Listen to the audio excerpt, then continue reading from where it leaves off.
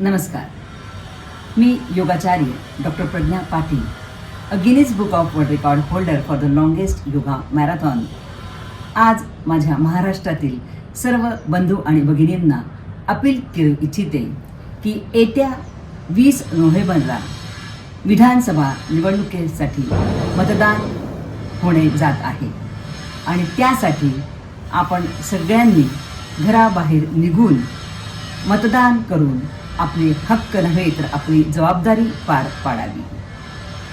आपले मत हे आपल्या आवडत्या उमेदवाराला निवडून येण्यासाठी मदत करत असते आणि तोच उमेदवार नंतर महाराष्ट्राचं भविष्य घडवण्यासाठी मदत करत असतो.